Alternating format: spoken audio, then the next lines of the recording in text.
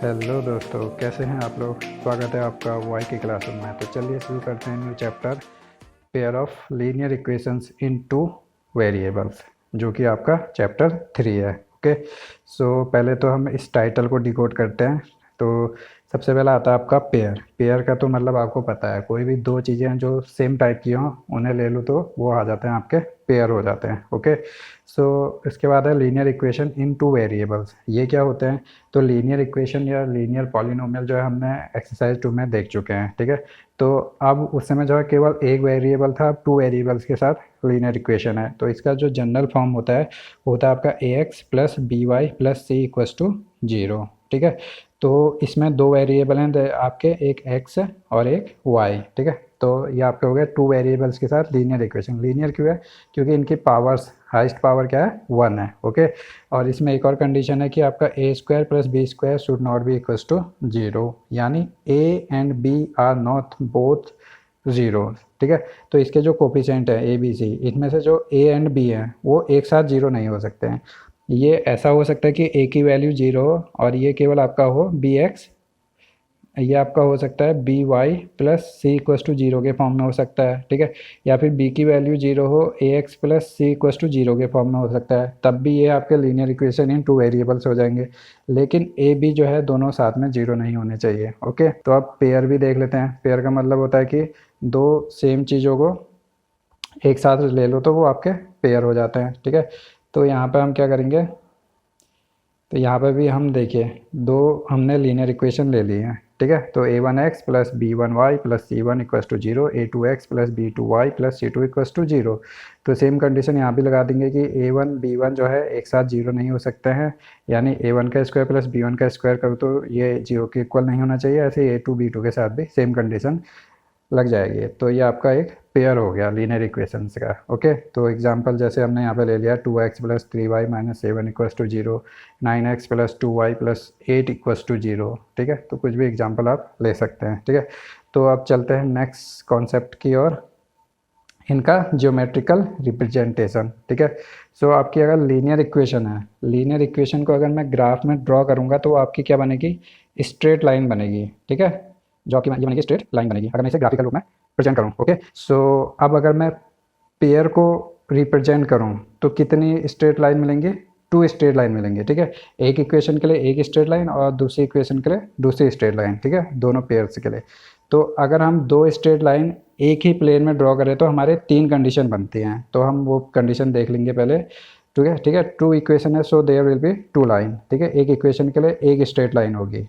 ठीक है, एंड जब आपकी दो लाइन एक ही प्लेन में ड्रॉ हो तो उसमें 3 कंडीशन बनती है। पहली कंडीशन, या तो वो दो लाइनें एक दूसरे को एक पॉइंट पर कट कर रही हों, वो दो लाइनें एक दूसरे को कट कर ही नहीं रही हों। ठीक है, एक दूसरे के पैरेलल हो, कहीं पर वो नहीं हो रहा, या फिर दोनों लाइनें जो है आपकी कोइंसाइड हो जाए। ठीक है, तो फर्स्ट केस आपका इंटरसेक्ट का है, सेकंड केस आपका पैरेलल का है, तीसरा आपका कोइंसिडेंट का है। ठीक है, तो अब जैसे ये इसकी कुछ इक्वेशन होगी a one x plus b one y plus C equals to zero. ठीक है, ये इस लाइन के लिए ये मेरी स्ट्रेट लाइन मेरी ड्रॉ हो गई, तो ये दूसरी जो है आपकी लीनियर इक्वेशन के लिए सेकेंड स्ट्रेट लाइन ड्रॉ हो जाएगी ऐसे ही। ठीक है, तो ये अभी हम आगे देखेंगे कैसे ड्रॉ करना है। ऐसे ये पैरेलल लाइन होंगे, या तो पैरेलल होंगे या वो इंटरसेक्ट करेंगे किसी एक पॉइंट पे, या फिर कोइंसिडेंट होंगे।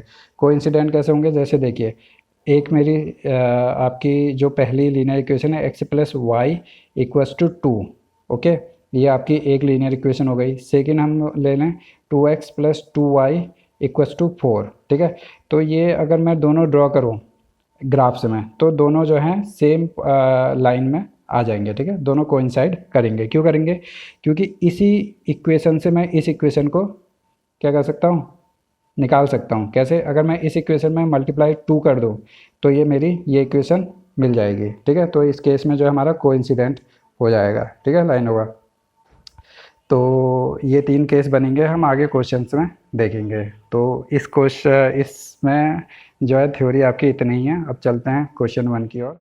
सो एक्सरसाइज 3.1 के जो है पहले क्वेश्चन पे चलते हैं। तो ये क्या कह रहे हैं, कोई आफ्ताब भाई हैं जो अपने डॉटर से कह रहे हैं कि 7 years ago I was 7 times as old as you were then. ठीक है, तो 7 साल पहले जो है इसकी एज, आफ्ताब की एज जो है इसकी डॉटर्स की एज की 7 टाइम थी, ठीक है। ऑल्सो, ये पहली कंडीशन है। दूसरी कंडीशन है ऑल्सो 3 ईयर्स फ्रॉम नाउ, और अभी प्रेजेंट से 3 साल बाद जो है I shall be 3 times as old as you will be, ठीक है। अभी से 3 साल बाद जो है मेरी जो एज होगी, आफ्ताब की जो एज होगी उसकी, अब बेटी की एज की 3 टाइम्स होगी, ठीक है। तो सबसे पहले हम यहाँ पे आफ्ताब भाई को लिख देते हैं और इसकी डॉटर को लिख देते हैं, ओके। तो मान लेते हैं अभी, लेट्स, ठीक है, प्रेजेंट की बात कर रहा हूँ। अभी आफ्ताब की एज है एक्स, ओके, वेरिएबल मानने हमने, और डॉटर की एज है वाई, ठीक है। तो 7 ईयर्स एगो, तो -7 कर दूंगा मैं, ठीक है। 7 ईयर्स एगो का मैंने -7 से रिप्रेजेंट कर दिया। तो 7 साल पहले इसकी एज कितनी होगी, x-7, और डॉटर की एज भी x-7 होगी 7 साल पहले प्रेजेंट की एज से। और अभी मैं सिर्फ जो जो उसने बात कही है उसे लिख रहा हूँ, ठीक है। अब सिर्फ 3 ईयर बाद जो है अब एज कितनी हो जाएगी, प्रेजेंट एज x है तो अभी x+3 हो जाएगी 3 साल बाद, और अभी प्रेजेंट एज y है तो इसकी y+3 हो जाएगी, ठीक है। तो अब कंडीशन 1 की जाते हैं कि वो कह रहे हैं कि 7 ईयर्स एगो, 7 साल पहले जो आफ्ताब की एज है x-7 है, ठीक है। आफ्ताब की जो एज है वो 7 टाइम्स है, 7 टाइम्स यानी 7 multiply as old as you, ठीक है। उसकी डॉटर की एज के 7 टाइम्स है, ठीक है। 7 साल पहले आफ्ताब की एज इक्वल है किसके, 7 टाइम्स है उसकी डॉटर की एज के, ठीक है। तो अब इसे सिंप्लीफाई कर देंगे, x-7, 7 से अंडर में 7y माइनस का 7 जा 49, ठीक है। सबको एक साइड ले आएंगे, x-7y हो गया, ये +7y है, इधर आएगा तो -7y हो गया, -7 ऑलरेडी है यहाँ पर, और -49 को इधर लाएंगे तो +49 हो जाएगा, डेट इज इक्वल्स टू 0, ठीक है। तो ये आपका हो जाएगा x-7y + 42 इज इक्वल्स टू 0, ठीक है। तो पहली कंडीशन तो हमें मिल गई और पहली इक्वेशन हमें मिल गई, तो हमें तो पेयर निकालना है, ठीक है। तो दूसरी कंडीशन ले लेंगे, दूसरी कंडीशन लेके जो है दूसरी इक्वेशन भी निकाल देंगे। तो पहली हमारी लीनियर इक्वेशन मिल गई है हमें। तो सेकंड कंडीशन के लिए हम देखेंगे, सेकंड कंडीशन में क्या है कि आफ्ताब कह रहा है x+3 ईयर बाद, ठीक है, 3 साल बाद आफ्ताब की एज कितनी है, 3 times of his daughter age, ठीक है। तो डॉटर की एज कितनी है 3 साल बाद, ये है, ठीक है। तो ये कंडीशन है आपकी, 3 साल बाद आफ्ताब की एज जो है 3 टाइम्स से उसके डॉटर की एज के इक्वल है। तो इसको भी सिंप्लीफाई कर देंगे, सिंपल, x+3 = 3y + 9, ठीक है। सबको एक साइड लिख देंगे तो ये x, 3y इधर आ जाएगा, -3y हो जाएगा, और 3 + 3 है ये इधर आएगा, -9 हो जाएगा, तो -6 आपका बचेगा। तो ये हमारी इक्वेशन 2 भी जो है मिल गई है, ठीक है। तो एल्जेब्रिकली तो हमने लिख दिया, ये दोनों कंडीशन हमने क्या लिख दिया, एल्जेब्रिकली लिख दिया है, ठीक है। अब हमें इसे ग्राफ्स में ड्रॉ करना है, ठीक है। तो अब हमें पता है कि लीनियर इक्वेशन है तो ग्राफ में क्या होगा, इसका ग्राफ में स्ट्रेट लाइन ड्रॉ होगी, ठीक है। ग्राफ में जो है आपकी स्ट्रेट लाइन ड्रॉ होगी, तो सबसे हम पहले ये वाली कंडीशन ले लेते हैं।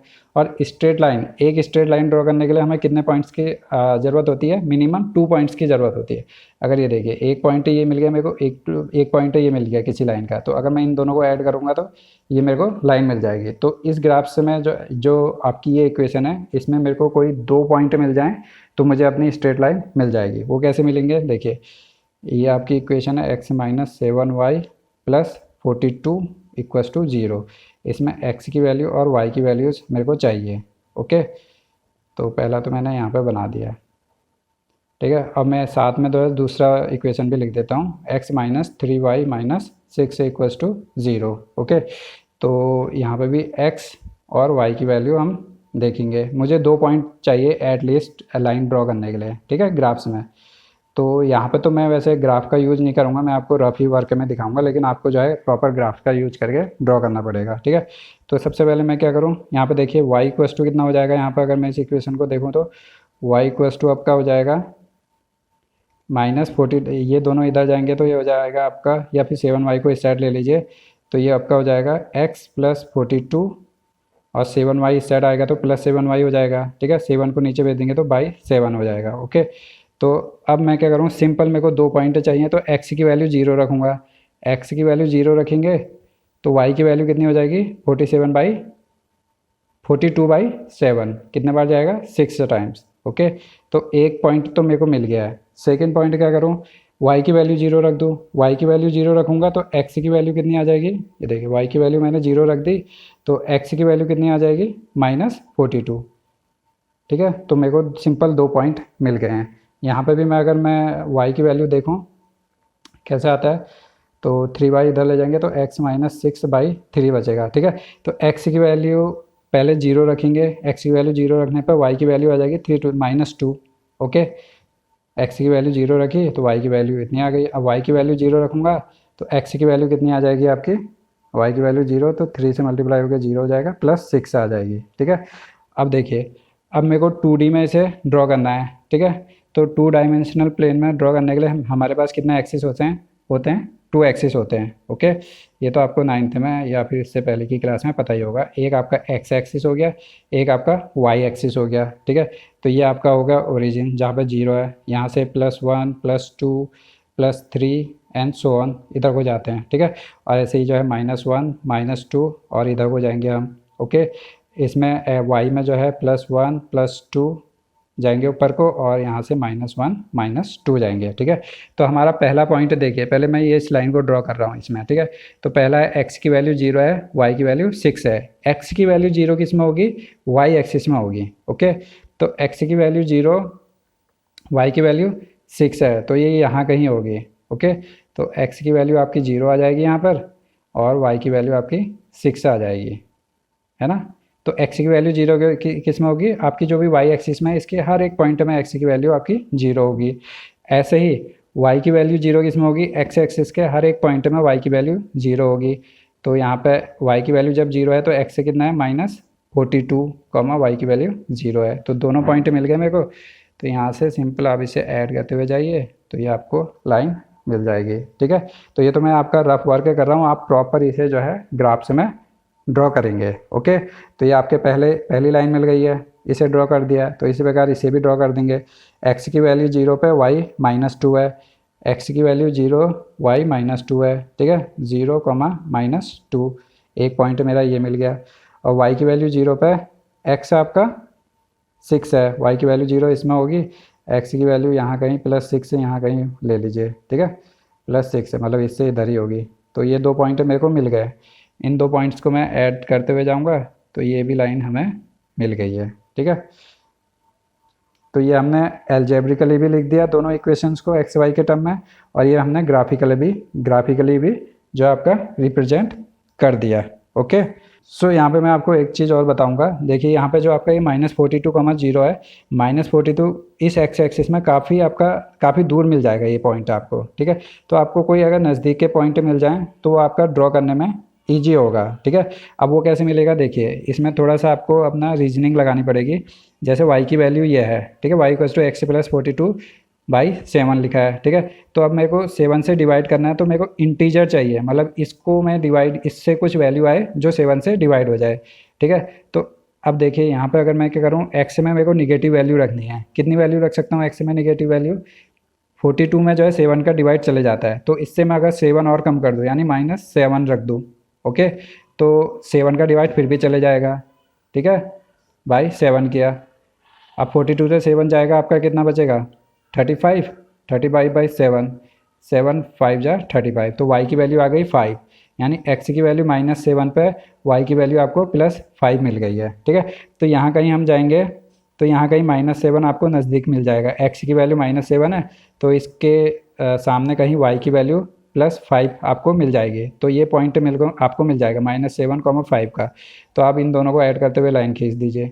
ओके, यहाँ क्योंकि यहाँ पे -47 काफ़ी दूर हो जाएगा। दूसरा ट्रिक ये है कि आप हर क्वेश्चन में आपको कोई वैल्यू ज़्यादा मानने की ज़रूरत नहीं है। एक बार आप x की वैल्यू 0 मानिए, y की वैल्यू निकालिए, y की वैल्यू 0 मानिए, x की वैल्यू निकालिए, सिंपल।